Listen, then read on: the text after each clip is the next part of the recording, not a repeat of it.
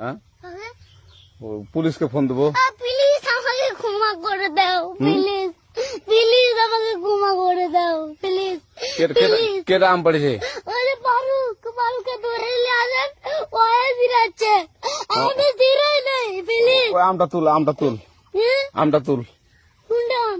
হ্যাঁ এই যে এই জাম, আরে এই যে এই জাম, এই জাম ওরা ধীরে দিছে, আপনি ধীরে নেই প্লিজ। তো একটু দূরে দাঁড়া কি ওখানে দাঁড়া। এখন কি করছিস তো?